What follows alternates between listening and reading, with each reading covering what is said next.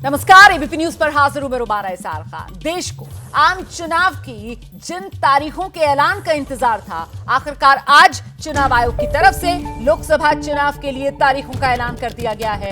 7 चरण में वोटिंग होगी। 19 अप्रैल से यह सिलसिला शुरू होगा, जब पहले फेज में 102 लोकसभा सीटों पर वोट डाले जाएंगे। उसके बाद 26 अप्रैल, 7 मई, 13 मई, 20 मई, 25 मई और 1 जून 7वां और अंतिम चरण का मतदान, और फिर 4 जून वो तारीख जब नतीजे आपके सामने होंगे। रिजल्ट डे 4 जून की तारीख जब नतीजों का दिन होगा। और लोकसभा चुनाव में अब की बार क्या एक बार फिर मोदी लगाएंगे हैट्रिक, या फिर विपक्ष के लिए बन सकता है कोई मौका, इसकी तस्वीर साफ हो जाएगी। तो आपको बता दें, अभी तक जो जानकारी सामने निकल कर आ रही है, उत्तर प्रदेश, बिहार, बंगाल में 7 चरण में वोट डाले जाएंगे। मणिपुर की 1 सीट पर ही 2 चरणों में चुनाव होगा। और प्रधानमंत्री नरेंद्र मोदी की सीट वाराणसी, वहां अंतिम चरण 7वें फेज में 1 जून को वोटिंग होगी। राहुल गांधी की केरला वाली वायनाड सीट, वहां 26 अप्रैल को वोट डाले जाएंगे। सीधा आपको लेकर चलते हैं, हमारे साथ हमारे सहयोगी अंकित गुप्ता इस वक्त मौजूद हैं। अंकित से जानते हैं और महत्वपूर्ण बातें, इंपॉर्टेंट पॉइंटर्स जो सामने निकल कर आ रहे हैं। अंकित, जरा साझा कीजिए दर्शकों के साथ। रोमाना, अपने दर्शकों को पहले बता देते हैं, क्योंकि 3 जो बड़े राज्य जिनके ऊपर निगाहें टिकी हुई थी, यूपी का आपने बता दिया, लेकिन बंगाल में जो है कैसे जो है ये जो जानकारी निकल के सामने आई है, वो अपने दर्शकों को थोड़ा सा बता देते हैं। देखिए, बंगाल में जो है, जहां पर अगर कोलकाता की बात करते हैं तो कोलकाता में 7वें चरण में मतदान होगा। वहीं जो पहले चरण का मतदान होगा, वहां पर कूच बिहार, अलीपुर और जलपाईगुड़ी, ये 3 जो संसदीय क्षेत्र हैं, वहां पर मतदान होगा। इसी तरीके से दार्जिलिंग, रायगंज और बालूरघाट, ये जो दूसरे चरण में मतदान होगा। लेकिन अगर हम बात करते हैं बसीरहाट सीट की, जहां पर ये पूरा संदेश खाली वाला जो पूरा मामला चल रहा है, यहां पर भी, यहां दमदम, बारासात, ये वो पूरा जो है जो इलाका है, ये पूरा क्षेत्र है, यहां पर 7वें फेज में मतदान होगा। इसी तरीके से हमारे पास में जानकारी निकल के आई है महाराष्ट्र की भी। महाराष्ट्र की जो 48 सीटें हैं, वहां पर 5 चरणों में मतदान होना है। लेकिन अगर हम बात करते हैं मुंबई की जो है सभी सीटों की, तो Mumbai north, north west, east, central, south central और साउथ, इन पर 7वें चरण में मतदान होगा। वहीं अगर हम बात करते हैं और महाराष्ट्र की कुछ सीटों की, तो जिसमें जो महत्वपूर्ण सीटें हैं, रायगढ़, बारामती, इन पर जो है 3रे चरण में मतदान होगा। और कोल्हापुर की सीट पर भी 3रे चरण में ही मतदान होगा। इसी तरीके से अगर हम शिरडी की सीट की बात करते हैं, तो 4थे चरण में मतदान होगा। और पालघर, भिवंडी, ये वो तमाम सीटें हैं जहां पर 7वें चरण में मतदान हो, 5वें चरण में मतदान होगा। तो ये बात हुई महाराष्ट्र की। इसी तरीके से उत्तर प्रदेश की आपने क्योंकि दर्शकों को जानकारी दे दी है, लेकिन उत्तर प्रदेश में भी अगर मैं बात करूं, तो शुरुआती जो 3 चरण है, वहां पर सहारनपुर से लेकर के बरेली तक, एक तरीके से जो वेस्टर्न यूपी का इलाका माना जाता है, वहां पर मतदान होगा। लेकिन अगर हम जो है चौथा, 5वां और 6ठे चरण की, चौथा और 5वें चरण की बात करते हैं, तो शाहजहांपुर से लेकर के गोंडा तक का, यानी कि एक तरीके से जो सेंट्रल इंडिया का इलाका माना जाता है, जिसमें जो है कानपुर है, लखनऊ है, या फिर उसके अलावा अमेठी भी जो है 5वें चरण में ही आ रहा है। तो ये वो सीटें हैं जहां पर जो है ये जो सेंट्रल यूपी का इलाका है, वहां पर ये 5वें और 6ठे चरण में मतदान होगा। और 6ठे और 7वें चरण में जो पूर्वांचल जिसको कहा जाता है, पूर्वी यूपी, जिसमें वाराणसी, जिसका आपने भी जिक्र किया, उन सीटों पर मतदान होगा। तो इसी तरीके से अन्य राज्यों का भी ब्यौरा सामने आ रहा है। अंतिम चरण में प्रधानमंत्री नरेंद्र मोदी की सीट जो पूर्वांचल में आती है, वाराणसी की सीट, वहां पर वोटिंग होगी। मैं जल्दी से जरा नीरज पांडे का रुख कर लेती हूं। नीरज, क्योंकि अभी चुनाव की तारीखों का बस ऐलान ही हुआ है और अभी विपक्ष के निशाने पर बीजेपी आ गई है, ये कहते हुए कि साहब ये पूरा का पूरा जो चुनाव का शेड्यूल है, वो सरकार और प्रधानमंत्री नरेंद्र मोदी ज्यादा से ज्यादा प्रचार कर सके, उसकी सहूलियत को देखते हुए। नीरज,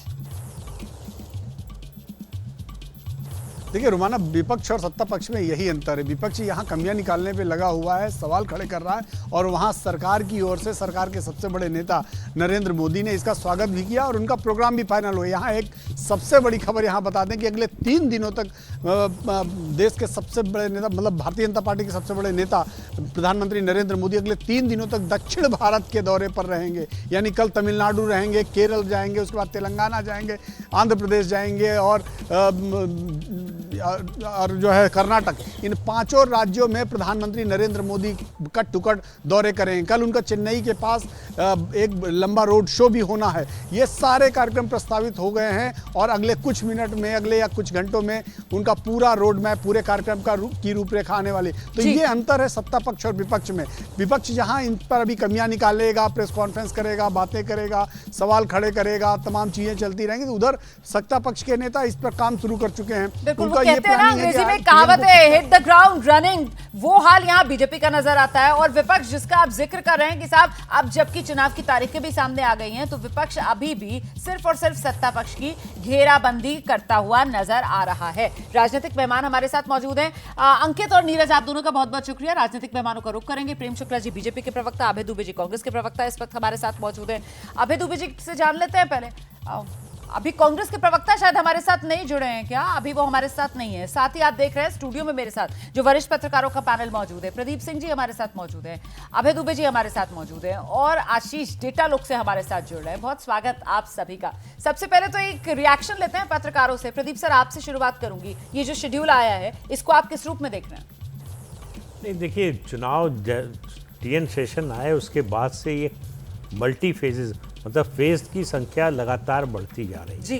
तो इसमें चुनाव आयोग की भूमिका भी बढ़ जाती है और ये इस तरह के आरोप लगते हैं कि जो भी सत्तारूढ़ दल है उसको, या जो भी सबसे लोकप्रिय नेता है, बड़ा नेता है, उसको ज़्यादा फायदा मिलता है। अब ये इसका कोई जो है, इसकी कोई स्टडी तो है नहीं कि ज़्यादा होने से जो है, असल में संसाधन भी ज़्यादा लगते हैं, बड़ी पार्टी के पास संसाधन ज़्यादा होते हैं, लेकिन एक नेता के ज़्यादा दौरे करने से उसका भी एक फैटिग फैक्टर भी होता है, तो उसका नुकसान भी होता है। ऐसा नहीं कि केवल फायदा ही होता है, दोनों तरह की बातें होती हैं। अब जनता में उसका क्या असर पड़ता है, मतदाता पर कैसा असर पड़ता है, इससे तय होता है कि उसका फायदा होगा या नुकसान ठीक होगा। है, अभय जी। देखिए, प्रदीप जी जो कह रहे हैं, मैं उससे सहमत होते हुए एक बात कहूंगा कि अगर नरेंद्र मोदी को ज्यादा प्रचार करने का समय मिल रहा है तो वो मौका तो विपक्ष के नेताओं को भी मिल रहा है। मैं ये मानता हूं कि मैं इसमें कोई बुरी बात नहीं मानता हूं कि विपक्ष सत्ता पक्ष को घेर रहा है या उसकी आलोचना कर रहा है या वो ये देख रहा है कि चुनाव आयोग का पूरा कार्यक्रम उस तरफ कुछ झुका हुआ लग रहा है, उसे उसकी ऊपर वो शक कर रहा है। ये सब बात तो ठीक है, मैं इसमें कोई बुरी बात नहीं मानता हूं। लेकिन ये जो तर्क है, सवाल ये है कि आप तर्क कौन सा दे रहे हैं, आपकी दलील क्या है? आपकी दलील ये है कि उनको ज्यादा समय मिल रहा है, आखिर तक प्रचार करेंगे, तो वो तो समय आपको भी मिल रहा है ज्यादातर।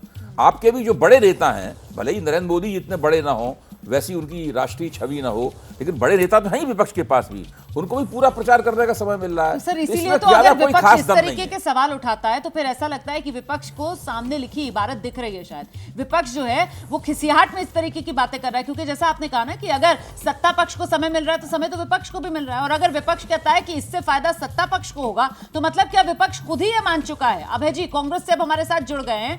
अभय दुबे जी, क्या विपक्ष खुद ही ये मान गया है कि जादू इस बार 24 चुनाव में मोदी का चलने वाला है? इसी वजह से अभी से ये सवाल उठाए जाने लगे हैं कि मोदी की सहूलियत को देखते हुए ये शेड्यूल चुनाव आयोग की तरफ से।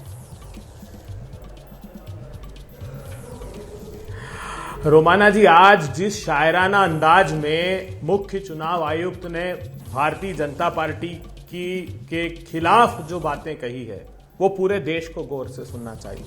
उन्होंने बशीर बद्र का एक शेर भी जब वो पढ़ रहे थे तब मुझे लगा कि पूरा भारतीय जनता पार्टी का चरित्र चित्रण कर रहे हैं। उन्होंने कहा दुश्मनी करो मगर ये गुंजाइश रहे कि कहीं मिलना पड़े तो शर्मिंदा ना होना पड़े। तो मुझे प्रधानमंत्री जी का, अजीत पवार का भाषण आ गया 70,000 करोड़ के घोटाले का।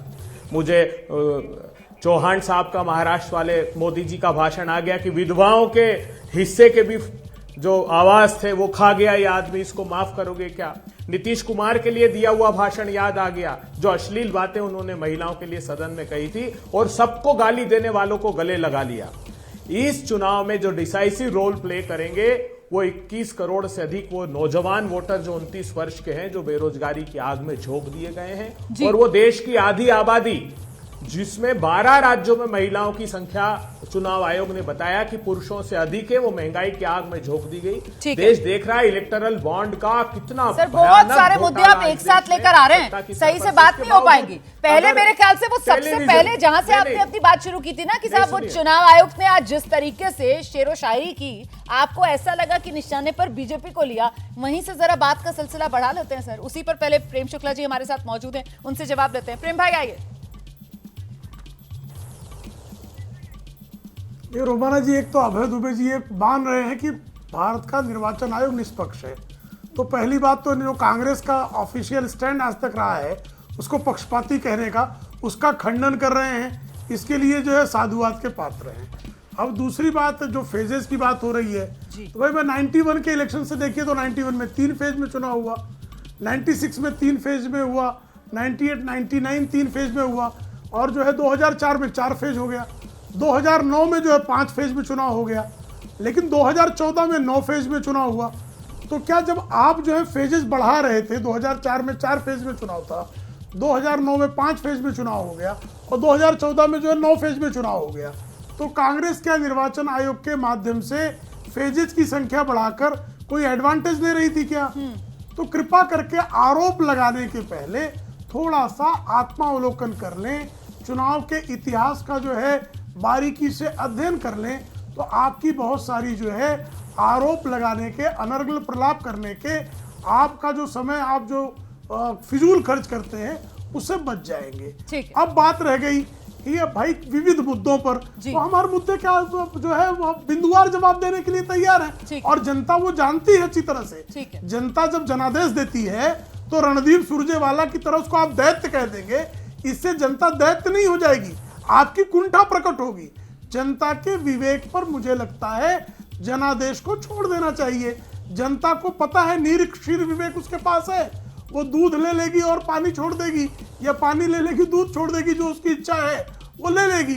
तो जनता के निरीक्षीर विवेक पर अविवेकी ही प्रश्न चिन्ह बारंबार लगाते हैं। नहीं, इसमें तो कोई दो राय हो ही नहीं सकती है कि जनता ही जनार्दन है, और जनता के विवेक के सामने हम सभी नतमस्तक होते हैं। इस बीच जल्दी से वो मुद्दे जो आप कह रहे थे ना, उस पर सिलसिलेवार तरीके से बात करेंगे। कांग्रेस बीजेपी के बीच किन मुद्दों को लेकर 24 चुनाव में होगी आर पार, लेकिन पहले जरा जल्दी से आपको डेटा सेंटर लेकर चलते हैं। शिरीन तैयार है कुछ और आंकड़ों के साथ।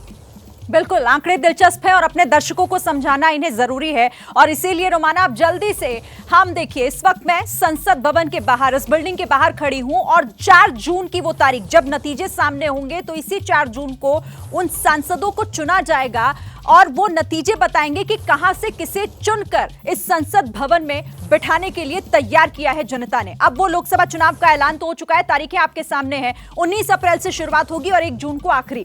7 चरणों में चुनाव होना है। 102 सबसे ज्यादा 102 सीटों के लिए 19 अप्रैल को मतदान होगा। इसके बाद अगली तारीख है 26 अप्रैल की, जब 89 सीटों के लिए वोट डाले जाएंगे। फिर मई में एंटर हो जाएंगे। 7 मई को 94 सीटों के लिए वोट डाले जाएंगे। फिर 13 मई और 13 मई में 96 सीटों के लिए वोट डाले जाएंगे। फिर आती है यहां पर देखिए 20 मई की तारीख, जब 49 सीटों के लिए वोट डाले जाएंगे। फिर 25 मई, जब 25 मई को छठा चरण होगा और यहां पर 57 सीटों के लिए वोटिंग होगी।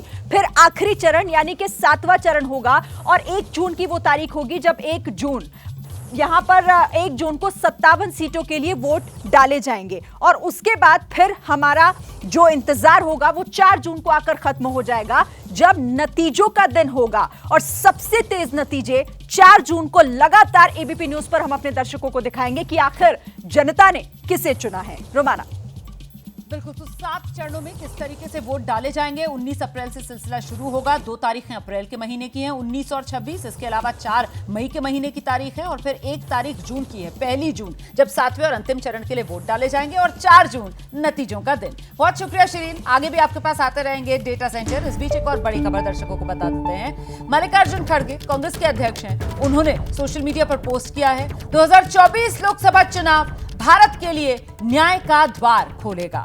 लोकतंत्र एवं संविधान को तानाशाही से बचाने का शायद ये आखिरी मौका होगा। हम भारत के लोग साथ मिलकर नफरत, लूट, बेरोजगारी, महंगाई और अत्याचार के खिलाफ लड़ेंगे। हाथ बदलेगा हालात, ये लिख रहे हैं कांग्रेस अध्यक्ष मल्लिकार्जुन खड़गे। हाथ बदलेगा भारत, हाथ बदलेगा हालात।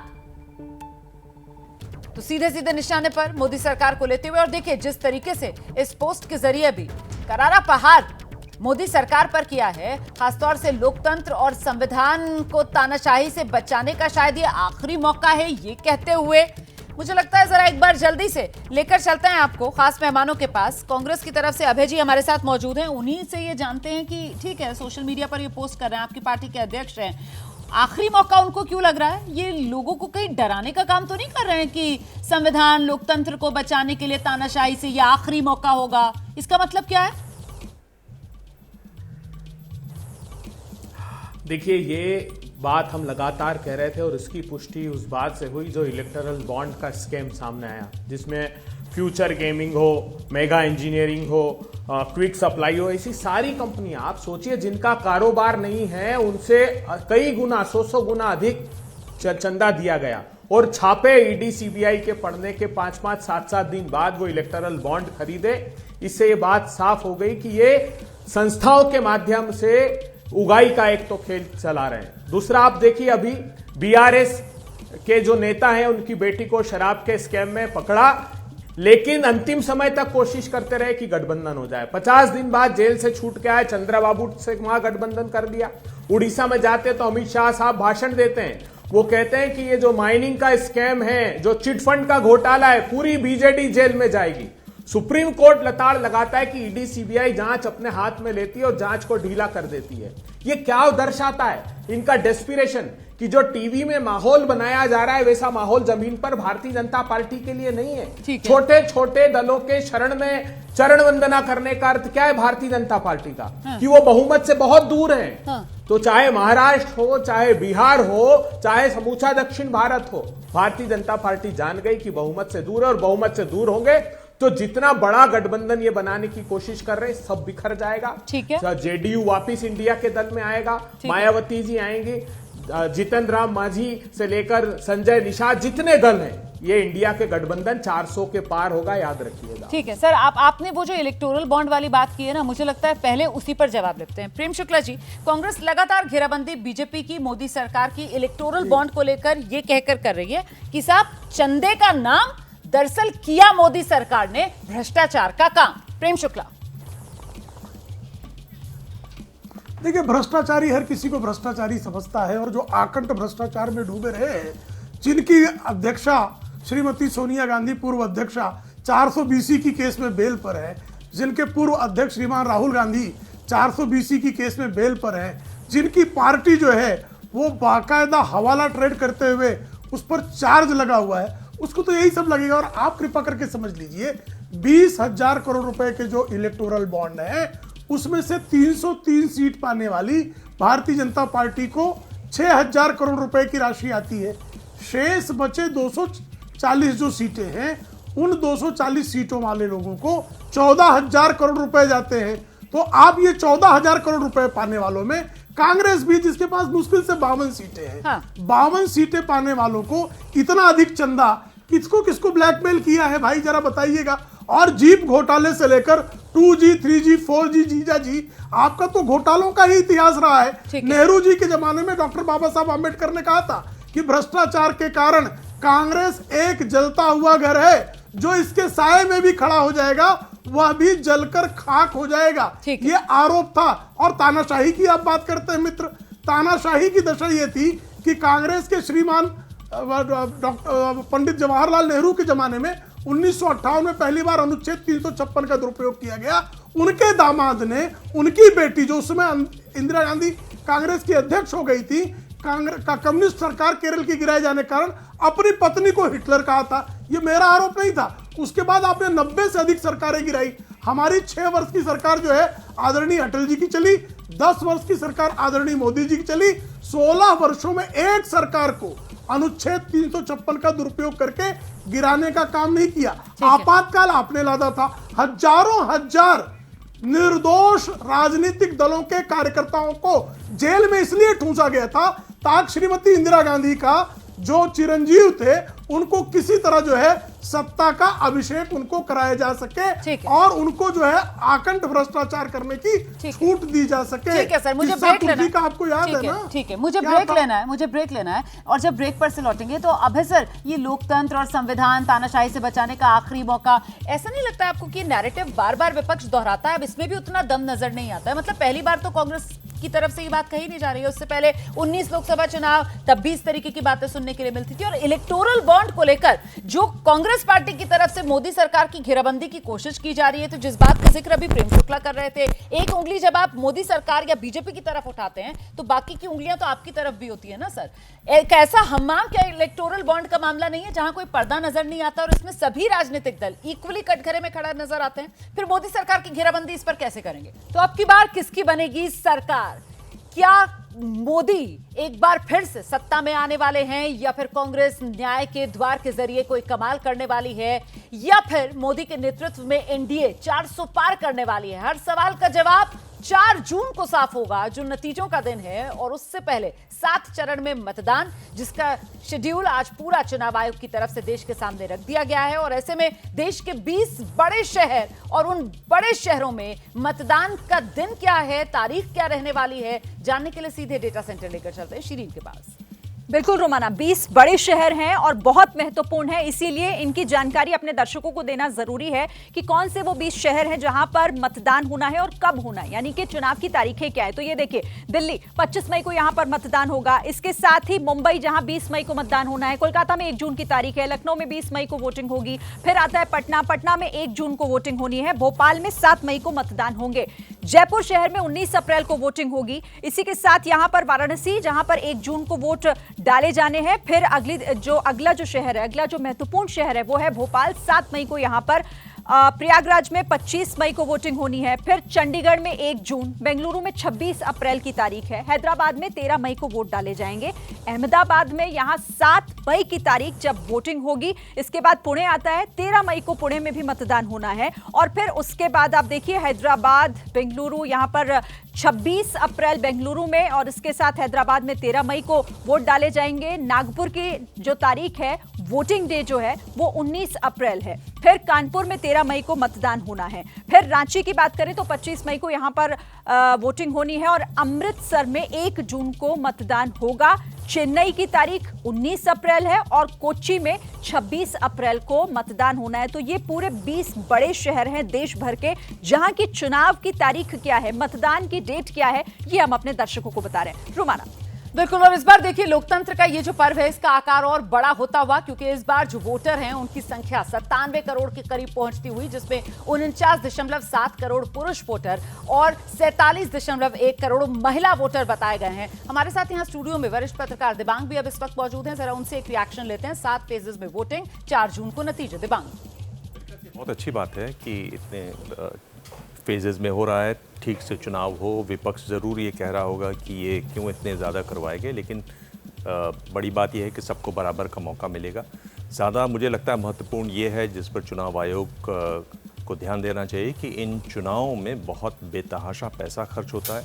60,000 करोड़ रुपए खर्च किए गए 2019 के चुनाव में, और जो हम अभी ये सुप्रीम कोर्ट की वजह से हम खुलासे देख रहे हैं, जो इलेक्टोरल बॉन्ड की बात हो रही है, उसमें उसका 5वां हिस्सा ही सामने आ रहा है, जिसके बारे में बात हो रही है। उस पर पता करना चाहिए कि बाकी पैसा कहाँ से आता है, कैसे चुनाव में जो हो रहा खर्चा है उसको कम किया जाए। पहले ये शुरुआत की गई थी कि पॉलिटिकल पार्टीज़ को टेलीविज़न पर, रेडियो पर टाइम मिलता था, क्या उसको बढ़ाने से इसको कम किया जाता है? वो एक गंभीर विषय है, क्योंकि अगर इसी तरह से जो सेठ लोग हैं, जो पैसे वाले लोग हैं, जो इंडस्ट्रियलिस्ट हैं, उनके हाथ में ये चुनाव रहा तो आगे ये निष्पक्ष रहेगा कि नहीं रहेगा, क्या ये विपक्ष को भी उतनी मदद देगा? दूसरा, ये जो ट्रांसपेरेंसी की बात हो रही है, मेरे ख्याल से बहुत ज़रूरी है कि ये ट्रांसपेरेंसी नहीं, इक्वल अपॉर्चुनिटी सबको मिलना चाहिए, बराबर का मौका सबको मिलना चाहिए। और जो इलेक्ट्रल बॉन्ड का मामला रहा, उसमें हमने देखा कि बराबर का मुद्दा, बराबर का हक विपक्ष को नहीं मिलता। सत्ता पक्ष के पास सारी जानकारियां हैं, विपक्ष के पास वो नहीं रहती। उसको बदलाव किया गया, वो एक अच्छी बात है, पर बड़ी चुनौती यही है कि कैसे हम अपने चुनाव को पैसे की गिरफ्त से बचाएं, पैसे की गिरफ्त को कम करें। बिल्कुल, धनबल, बाहुबल, गलत सूचना और साथ ही जो आचार संहिता है, जो मॉडल कोड ऑफ कंडक्ट है, उसका वायलेशन, ये 4 चुनौतियां खुद चुनाव आयोग की तरफ से आज अपने लिए रेखांकित की गई और कैसे इनसे पार पाना है, इसका भी एक ब्यौरा चुनाव आयोग की तरफ से रखा गया देश के सामने। आशीष का एक रिएक्शन लेते हैं। आशीष, देखिए, जैसे कि अभी बातचीत हो रही थी कि चुनाव लंबी हो, पॉलिटिकल डिबेट होती रहेगी, कई सारे मुद्दे जनता के बीच जो है वो उभर के आएगी, ये एक बात है। दूसरा, जो फ्री एंड फेयर इलेक्शन की बात हो रही है, तो फ्री तो है ही इलेक्शन, फेयर में कई सारे डिबेट है और उसके लिए equal opportunity to each party, जो एक सबसे बड़ा ड्रॉबैक पिछले कुछ समय से होता आ रहा है, वो जो छोटी छोटी या इंडिपेंडेंट पार्टी है उनका वजूद धीरे धीरे कम होता जा रहा है। तो जो कई बार हम वन नेशन वन इलेक्शन की बात करते हैं, तो हमें ये भी ध्यान देना चाहिए कि वो जो फेयर अपॉर्चुनिटीज़ है वो उस तरीके के चीज़ों में कम हो जाते हैं। ठीक इसी तरीके से जब फेजेस लंबे होते हैं तो रिसोर्सेज के अभाव में भी जो बहुत सारी छोटी पार्टियां, हालांकि वो राज्यों तक सीमित रहती है कई सारी पार्टियां, लेकिन कुछ कुछ पार्टियां जो है जो एक से ज़्यादा राज्यों में रहती है, तो उनके पास रिसोर्सेज के अभाव में भी आप देखेंगे कि उनकी दिक्कतें आती है। बड़ी पार्टियों को हमेशा लंबा और रिसोर्सेज का फ़ायदा भी मिलता है, चाहे वो बीजेपी हो या कांग्रेस हो या रीजनल पार्टी, जो कुछ कुछ टीएमसी वगैरह भी देखेंगे आप कि दूसरे नंबर पे तो टीएमसी का इलेक्टोरल फंड के नाम पे आ रहा है। तो जो मजबूत पार्टियां हैं, वजूद उनका अभी भी मजबूत है, लेकिन जो थोड़ा बहुत भी कमजोर हो रहे हैं जी, वो किनारे पे जाते जा रहे हैं। ठीक है, आइए अब जरा राजनीतिक मेहमानों का रुख कर लेते हैं। अभय दुबे जी, प्रेम शुक्ला जी हमारे साथ लगातार बने हुए हैं और अभय दुबे जी से जानते हैं, आपको ऐसा नहीं लग रहा है अभय जी कि आज जब तारीखों का ऐलान भी अब हो गया है, तो बीजेपी के मुकाबले कांग्रेस या फिर एनडीए के मुकाबले इंडिया गठबंधन तैयारियों के मामले में थोड़ा पीछे नजर आ रहा है? देखिए, तैयारियां जो भारतीय जनता पार्टी की दिखाई दे रही है, भारत के संसाधनों की लूट के आधार पर दिखाई दे रही है आपको। जो व्यापकता इनकी है, रैलियों में करोड़ों रुपए खर्च करना, विज्ञापनों पर खर्च करना, बहुत 4 प्रमाण छोटे से रखता हूं। भारतीय जनता पार्टी के प्रवक्ता अभी कह रहे थे, वही हम पर आरोप लगा रहे जिनका राष्ट्रीय अध्यक्ष जेल गया, जो सेना के दलाली के मामले पर टेलीविजन पर देखा लोगों ने, बंगारू लक्ष्मण को जेल हुई और हम पर उंगली उठा रहे हैं। सेंटिगो मार्टिन चेन्नई का लॉटरी किंग है, जिसका 1368 करोड़ रुपए जिसकी कंपनी ने बॉन्ड परचेस किए। 2 अप्रैल 22 को 410 करोड़ रुपए ईडी संपत्ति जब्त करती है। 7 अप्रैल 2022 को वो बॉन्ड परचेस करता है। केवेंटर पार नंदलाल लिमिटेड, एमकेजे, ये एक ही पते पर रजिस्टर्ड कंपनियां हैं। ये मेट्रो डेयरी में 47% का शेयर लेती, ईडी सर्च प्रारंभ करती है और 573 करोड़ रुपए के बॉन्ड वो खरीदती है। एक क्विक सप्लाई है। आप उसका देखिए कि जो उसकी शेयर पूंजी है वो 130 करोड़ रुपए और चंदा कितना, 410 करोड़ रुपए। आप इमेजिन कर सकते हैं, जिस मेगा इंजीनियरिंग की बात कर रहे हैं, खुद कैग ने कहा कि 5188 करोड़ रुपए का अधिक भुगतान इसको किया गया। उसके यहां उसने बॉन्ड खरीदे और 14,000 करोड़ रुपए का प्रोजेक्ट मिला। तो ये जो पूरा स्कैम है, इसमें तो अभी 3,346 बॉन्ड की जानकारी एसबीआई ने दी नहीं, जो 2,500 करोड़ रुपए की है। ये पैसे किसके हैं, किस राजनीतिक दल को दिए गए हैं? तो ये जो सारा दिखाई दे रहा है आपको भारतीय जनता पार्टी का महिमा मंडल, क्या देश की जनता ये नहीं देख रही? कांग्रेस पार्टी अपने न्याय के भरोसे है। युवाओं की पहली नौकरी पक्की, जो 21.5 करोड़ युवा वोटर्स हैं। राहुल गांधी जी ने, खड़गे साहब ने कहा है कि अप्रेंटिसशिप स्कीम लाएंगे 1 लाख रुपए तक, और पहली नौकरी को हम पक्की का वादा कर रहे हैं। गरीब महिलाओं के लिए न्यारी न्याय में 1 लाख रुपया प्रत्येक परिवार की महिला को हम सालाना न्यारी न्याय के नाम पर देंगे। किसानों के समर्थन मूल्य की गारंटी का कानून हम बनाएंगे। पहली कैबिनेट की मीटिंग में हम उसको सुनिश्चित कर देंगे। तो किसान हो, आदिवासी हो, महिला हो, श्रमिक हो, मैं जवाब सबके जो न्याय। प्रेम शुक्ला जी, आइए, वो दोबारा से इलेक्टोरल बॉन्ड वाले स्कैम को यहां पर दर्शकों के सामने रख रहे हैं अभय दुबे जी, और साथ ही साथ कांग्रेस की न्याय की गारंटी वो गिना रहे हैं। देखिए, भारतीय जनता पार्टी के अध्यक्ष के संदर्भ में उन्होंने बात की। भारतीय जनता पार्टी के अध्यक्ष पर आरोप लगा, भारतीय जनता पार्टी ने तत्काल उनको पदमुक्त कर दिया, लेकिन श्रीमती 420 के विरुद्ध ये त्याग पत्र मांगने की हिम्मत भी जो है दुबे जी क्या कांग्रेस का कोई कार्यकर्ता नहीं कर सकता। राहुल गांधी के खिलाफ त्याग पत्र जिस पर 420 का मामला है, बताइए, ये पीछे बोल रहे हैं। अभय जी, आप बोल रहे थे, आपको बीच में किसी ने टोका नहीं, आपने बिना किसी रोक-टोक के अपनी बात रखी है ना। प्रेम शुक्ला जी, सुन लीजिए, उसके बाद अभय जी आप प्लीज आ जाइएगा, मैं मौका दे दूंगी, पहले सुन लीजिए। प्रेम शुक्ला जी, उन्हीं से कह रही थी मैं कि वो रुक जाएं और आप अपनी बात। 420 की केस में बेल पर हैं श्रीमती सोनिया गांधी, 420 की केस में बेल पर हैं। हवाला का मामला सामने दिखाई देता है। और जिन लोगों ने संसद में अपनी सरकार बचाने के लिए झारखंड मुक्ति मोर्चा के सांसदों को खरीदा और खरीदारी का अमाउंट उनके बैंक में डाला और उस खरीदारी के बाद शिबू सोरेन के पीए ने रिश्वत में हिस्सा मांगा तो उस पीए की हत्या कर दी गई। उस हत्या में वो कन्विक्ट हुआ। कन्विक्शन के बाद श्रीमती सोनिया गांधी ने डॉक्टर मनमोहन सिंह को दबाव बनाकर हत्या के कन्विक्ट को, रिश्वतखोरी का कन्विक्ट, हत्या का कन्विक्ट, उस कन्विक्ट को सरकार में शामिल किया, मंत्री बनाया। इससे बड़ी बेशर्मी क्या हो सकती थी जनाब? संसद में सरकार बचाने के लिए जिस तरह से नोट उछाले गए उससे अधिक शर्मनाक क्या हो सकता था? जिसने जो है संसद में नोट बंटवाए उस पर कार्रवाई नहीं हुई, जिसने पोल खोला उसके खिलाफ कार्रवाई कर दी गई, और एक पत्रकार महोदय किस तरह से खरीदे गए ये अभी पूरी देश ने जो है आपकी इस जो है नंगेपन को लोगों ने देखा हुआ है। ये भी, और 1 रुपए 100 रुपए अगर 1100 रुपए का जो है अगर चंदा आता था तो 100 रुपए कांग्रेसी जो है जमा करते थे, 1000 कांग्रेसी खा जाते थे। कांग्रेसियों का ये जो अवसर है वो इलेक्टोरल बॉन्ड के कारण चला गया है। तो कांग्रेसी तो ठीक है, अब आप दोनों का हिसाब बराबर हो गया ना। अब मैं बस इतनी गुजारिश आप दोनों से करूंगी कि अगर पुराने पन्ने पलटेंगे ना तो फिर बात पीछे की तरफ जाएगी। और यहाँ हम लोग बात करने के लिए बैठे हैं 24 चुनाव की। ऐसे में अभय जी आप ही के पास आ रही हूँ, बस इतना सा मेरा सवाल सुन लीजिए सर कि बीजेपी हुंकार ये भर रही है कि अब की बार बीजेपी 370 और एनडीए 400 पार। और अगर आपको लगता है कि आप लोग रोक पाएंगे बीजेपी और एनडीए को इस करिश्मे से, तो मुझे सिर्फ वो वजह बता दीजिए, वो नैरेटिव बता दीजिए जिसके बूते आपको लगता है कि कांग्रेस हैट्रिक लगाने से रोक लेगी मोदी सरकार को। सबसे बड़ा मुद्दा क्या है?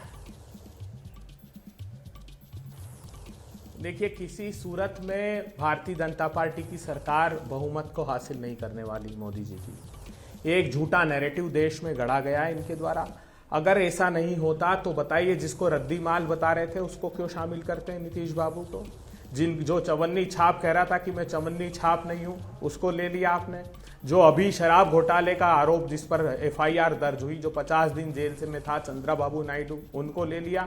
यहाँ पर एक चाचा के कंधे पर बंदूक रख के चिराग बुझाने की कोशिश की, वो चिराग पासवान को क्यों? तो ये जो गठबंधन कर रहे हैं इससे दर्शा रहे हैं कि भारतीय जनता पार्टी में अनरेस्ट है, ये सत्ता के करीब बिल्कुल नहीं पहुंचने वाले। दूसरी बड़ी बात, ये जिस बात की कह रहे थे वो जवाब देना जरूरी है। 2016 से ट्रायल कोर्ट का जज कह रहा है नेशनल हेराल्ड के केस में, जिसमें फंसाया गलत तरीके से राहुल गांधी जी, सोनिया गांधी जी को, वो कह रहा है कि साहब हाई कोर्ट से स्टे क्यों ले लिया इतने साल तक आपने? मुकदमा ही नहीं चल रहा है। वो देश को यह जानना चाहिए। एक प्रतिपक्षी दल का नेता नहीं जिसको झूठे तरीके से मोदी जी ने नहीं फंसाया हो। हर व्यक्ति पर मुकदमे लगाकर कोशिश कर रहे हैं। ये डेस्पिरेशन दिखा रहा है कि सत्ता इनके हाथों से जाने वाली है। 12 करोड़ लोगों के रोजगार छीन लिए, 84% की आमदनी कम कर दी, 27 रुपए किसानों की आमदनी, और इनका धन्ना से। आपने जो बीजेपी को लेकर सवाल पूछा है इस पर आगे जवाब लेंगे प्रेम शुक्ला से कि आखिरकार ये जो गठबंधन से कुनबा बढ़ाता हुआ एनडीए नजर आ रहा है, इससे क्या बीजेपी की नर्वसनेस दिख रही है? और साथ ही अभय जी आप भी बता दीजिएगा, इंडिया ने भी तो गठबंधन करके अपना एक मूर्त रूप बनाया ना, और वहां तो अजीब ही खेल चल रहा है। मतलब कहीं पर साथ है और कहीं पर आर पार की लड़ाई लड़ रहे हैं, फिर भी कह रहे हैं साथ है। तो सर आपका जो इंडिया वाला गठबंधन है उसे किस रूप में देखा और समझा जाए? और अब इस वक्त की एक बड़ी खबर आपको बता देते हैं। एआई को लेकर जो आईटी मंत्रालय है उसकी तरफ से एडवाइजरी जारी की गई है। इस वक्त की ब्रेकिंग न्यूज, एआई को लेकर आईटी मंत्रालय ने एडवाइजरी जारी की है। चुनाव में एआई के गलत इस्तेमाल को लेकर यह एडवाइजरी जारी की गई है। सोशल मीडिया और वेबसाइट्स के लिए एडवाइजरी जारी की गई है। चुनाव पर असर ना पड़े, किसी भी तरीके की गलत सूचना का ये सुनिश्चित करें। डीप फेक को लेकर भी एडवाइजरी जारी कर दी गई है। तो आईटी मंत्रालय की तरफ से ये एडवाइजरी जारी की गई है। दर्शकों को पता चले कि क्या डीप फेक है, क्या सच है और क्या सच नहीं है, क्या असल है और क्या तकनीक के द्वारा बनाया गया है, ये फर्क दर्शक को पता चले, इसी को लेकर सोशल मीडिया वेबसाइट्स को ये मंत्रालय की तरफ से एडवाइजरी जारी की गई है। अभय जी, आज जब चुनाव आयोग की तरफ से प्रेस कॉन्फ्रेंस की जा रही थी तो वो 4 चुनौतियां जिसका उन्होंने जिक्र किया, जिसमें धन बल, बाहुबल से लेकर खासतौर से सूचना का गलत इस्तेमाल, मिस इन्फॉर्मेशन, उसको भी अपने लिए उन्होंने एक चुनौती माना। आपको लगता है कि उसी दिशा में ये मंत्रालय की तरफ से जो एडवाइजरी जारी की गई है? नहीं, इस एडवाइजरी का तो स्वागत है। यहाँ पे हम लोग पहले से जो धन बल का इस्तेमाल है और छोटी पार्टियों के पास संसाधनों की जो कमी होती है उसकी वजह से जो वो घाटे में रहती हैं, उनके बारे में हम लोग पहले से चर्चा कर रहे थे। उसमें से एक आध मुद्दा ऐसा है, इसे मैं रेखांकित करना चाहूँगा। देखिए, भारतीय लोकतंत्र की जो कुछ एक बड़ी चुनौतियाँ हैं, उनमें एक चुनौती ये है कि चुनाव लड़ने का किफ़ायती मॉडल कैसे विकसित किया जाए। कोई भी पार्टी इसमें कोई प्रयास नहीं करती है।